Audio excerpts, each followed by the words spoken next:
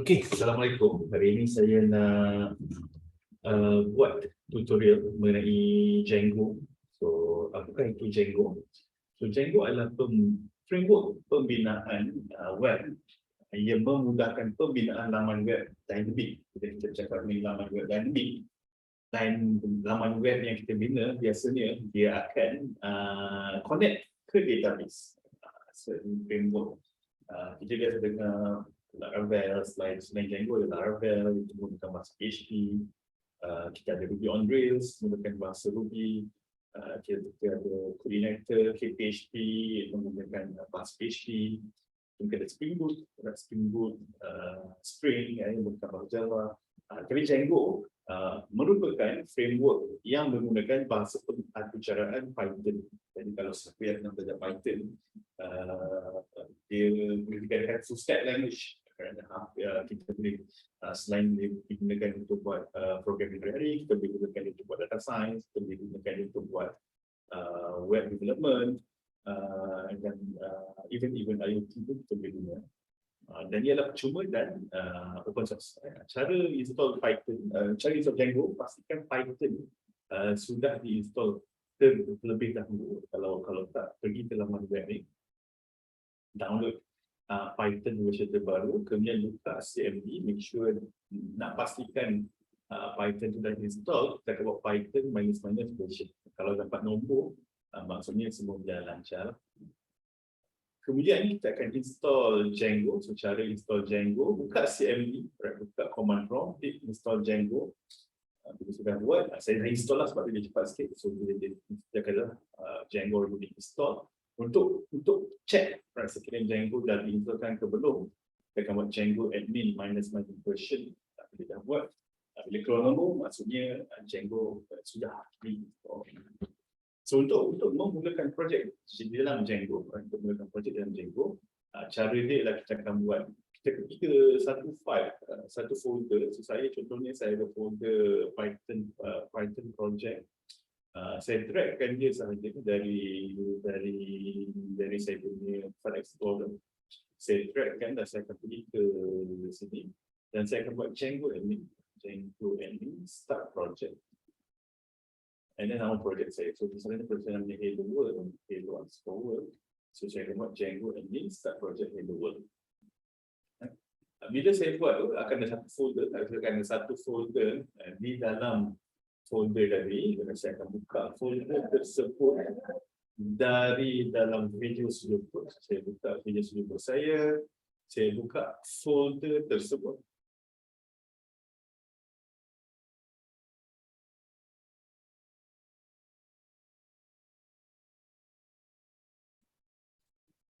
Dan ini adalah struktur folder dan file Django. Dia ada satu folder namanya hello world dan satu file namanya manage.py. Manage.py ni adalah script yang kita boleh gunakan. Salah satu script yang kita boleh buat ialah Python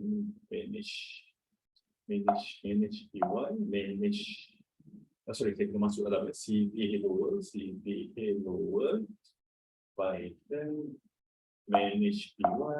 Jadi saya run server. So bila saya buat Python manage py run server, dia akan cakap Django restarted. Right, this is the URL. Django sudah dimulakan. Ini URL yang saya buka. So saya buka. Kalau saya dapat begini, maksudnya berjaya lah installation berjaya, projek saya pun berjaya. Saya berjaya membina sebuah projek. Okay. Apa yang kita perlukan sekarang bila kita buat projek Django ialah kita biarkan server ini local server kita di akhir pembelajaran video yang panjang siri ini. Saya akan ikut macam mana nak upload file ni ke di local contohnya. Buat masa ni kita biar kita pakai local server dahulu. Kita biarkan server ni, dan kita buka satu lagi tab. Kalau dalam Windows, buka di satu lagi CMD ke dalam dulu. Pertama sekali kita nak buat app, right? So cara nak buat app ialah Django admin start app. Cuba bayangkan saya punya app yang namanya products. So Django admin start add product. So apakah itu add? Apa itu add? So saya sediakan satu slide. Di sini add adalah sub project ataupun modul dalam Django. Kita akan gunakan add untuk memecahkan aplikasi kita ataupun website kita ke modul-modul kecil. So contohnya, sekiranya kita membina website ataupun aplikasi e-commerce, modul kita mungkin kita ada user, kita ada produk, kita ada cart, kita ada order, purchase history dan sebagainya. Itu adalah add. So biasanya kita pecahkan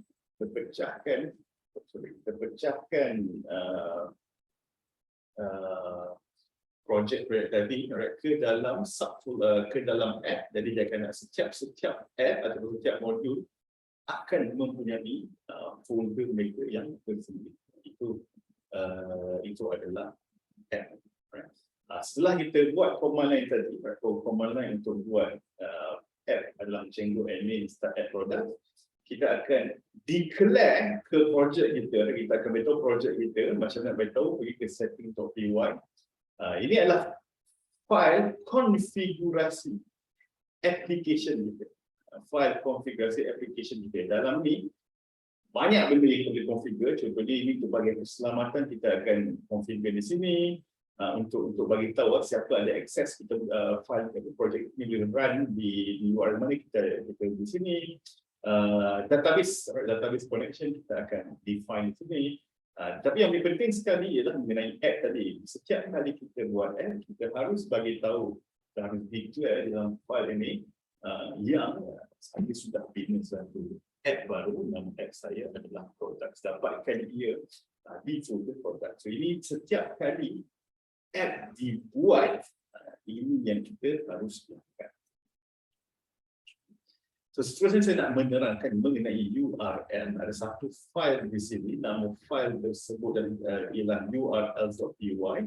Ia terletak di dalam file hello world. So ini bila website kita masuk, inilah file pertama yang akan dibentuk. So apakah itu URL? Routing yang menghubungkan URL dan logik dalam aplikasi. Kalau kita nak buat apa-apa, kita akan buat dari file ini. Setiap konfigurasi akan dilakukan di dalam url.py.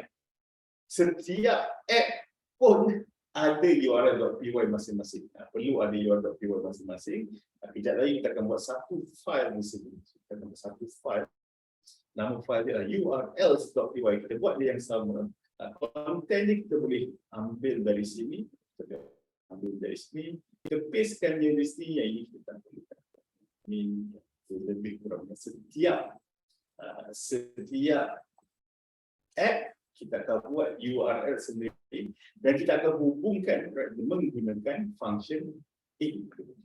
So kita akan hubungkan menggunakan function include. Contohnya saya nak buat jikalau path saya bermula daripada products, jikalau path saya bermula daripada produk, saya akan cari dia di dalam file produk, di dalam projek produk, di dalam file URL. Saya akan buat dia begini. Okey, saya dah perlu include, kita perlu importkan include. Jadi nanti bila kita buka website kita, tadi kita buka local 127.8.0, apa maksud dia ialah kalau user buka /product, ini yang kita masukkan, kalau user buka /product, cari URL tersebut di dalam file products.urls, di dalam folder dan file products.url. Maksudnya di sini ya. Kita akan ulang dulu ya. Jadi jika user cari /, kita akan bawa mereka ke file views ke dalam function home. Kita akan bawa mereka ke dalam file views ke dalam function home. Saya perlu import home, so from start import home, dan saya akan namakan, from start import home, merah Sekejap, saya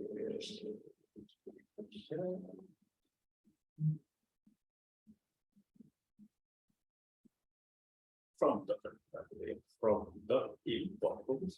Jadi dari dalam file ini, dari dalam folder ini, dia akan cari file home, import views. Maksudnya dia akan cari file views tadi. So, dekat dalam file views, kita akan buat satu lagi. Sebenarnya ini kita akan buat satu lagi function. Nama function tersebut adalah def home. Home akan mendapatkan request. Apa yang kita akan buat adalah return HTTP response, HTTP request response hello world. Right? Dia akan merah, jadi kat sini sebenarnya kita import dia from Django.http import HTTP response.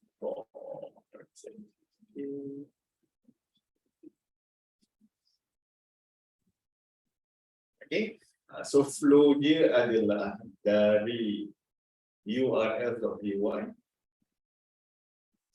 /products, dia akan bawa ke file ini. Alright. Dari file ini dia akan pergi cari use.code. Jadi kalau cuba tambahkan 120.80.80/products, dia akan bawa ke file ini. Saya tengok sikit. Savekan betul-betul, savekan betul-betul,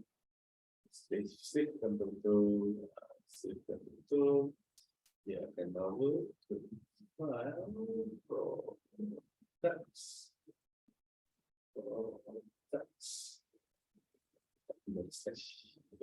Okay, ini yang tadi saya terletak slash di sini. Jadi dia akan pergi ke sebab saya dah buat slash kat hujung. Okay, so itu cara untuk kita tambah URL. Mungkin saya boleh tambah satu lagi URL. URL yang saya tambah kasih mungkin path/hello. Alright. Yang ini saya nak pergi ke file views, saya nak pergi ke file views ke dalam function hello. So path/hello, saya nak pergi ke dalam file views function hello. Jangan saya buat. Saya pergi semula ke file views saya. Saya akan declare function baru, nama function hello request. Kemudian saya akan buat return HTTP response hello semua. Okay. Dan kita kena ingatlah cara panggil. Cara panggil dia, kita dari urls.py yang berada di dalam folder hello world, so /products.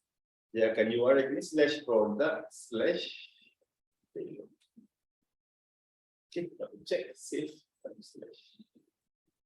Oh, that's on the right. Okay, so hello semua. Okay, so yang terakhir sekali saya nak bercakap mengenai template. So template adalah untuk memudahkan, sebab cuba ingat kita hanya dapat hello semua, dan kita dapat hello semua dan hello world macam ni. Bayangkan saya nak buat HTML cantik, saya nak ada header, saya nak H1, H2 semua. Untuk memudahkan pembinaan laman web yang cantik, kita akan menggunakan template. So itu adalah template, adalah folder di dalam app yang membolehkan kita menyimpan file HTML. File-file ini boleh ditulis dengan mudah menggunakan pernyataan khas, menggunakan Django template yang kita akan pergi lebih lanjut lagi. Untuk mendapatkan dia dari view, kita akan gunakan pernyataan Django. So macam mana saya nak buat? Saya buat satu folder baru. Nama folder ni adalah templates. Di dalam folder template, saya akan buat satu file. File itu adalah index.html. Yang saya buatlah HTML5, HTML5 sebagai H1. H1 di sini, hello world. Saya buat welcome to my app. I hope you enjoy it. Mungkin saya juga buat goodbye lah, tapi dari hello sebab goodbye world. So apa yang akan berlaku dari URLs products dalam product / goodbye, so path for goodbye akan membawa user ke file views.goodbye. So, file views.goodbye.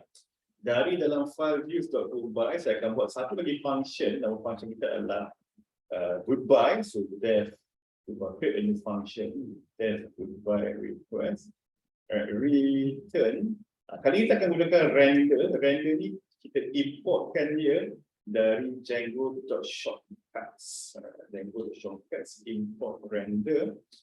Saya akan cakap render request, nama file tadi, nama file saya adalah index.html. So ini saya dah save. HTML.html saya save. Alright, saya cuba buka produk /goodbye. Goodbye. Saya akan dibawa ke page goodbye ini. So itu video pertama untuk siri Django ni. Saya rasa saya akan tutup dengan yang kita harus cuba fahamkan. Bila kita buka URL, bila kita ada website academy, kita akan buka URL di dalam browser. Right. URL di dalam browser ini akan bawa kita ke dalam URL projek. URL projek pula akan redirect kita ke dalam URL setiap app. Okay. So ini URL dalam app biasanya akan bawa kita ke view, sebab view ini adalah tempat di mana logik diproses. Di sini ada beberapa benda yang akan berlaku. Untuk hari ini kita tengok dua. Yang pertama dia akan respon hello, respon message, ataupun ia boleh, ini yang respons HTML tu, ataupun ia boleh dapatkan maklumat dari dalam template. Template ialah file HTML dan kemudian dia akan respon kepada itu. Okay. Selain itu juga di sini dia boleh connect kita ke database, dapatkan data database, kemudian dia akan tunjukkan template dan dia akan pulangkan kepada kita. Yang ini kita akan lihat di dalam video kita. Right, so sekian video kali ini. Kalau ada yang tengok, yang suka, minta like, minta komen supaya saya tahulah ada yang tengok dan kita buat video masa akan datang.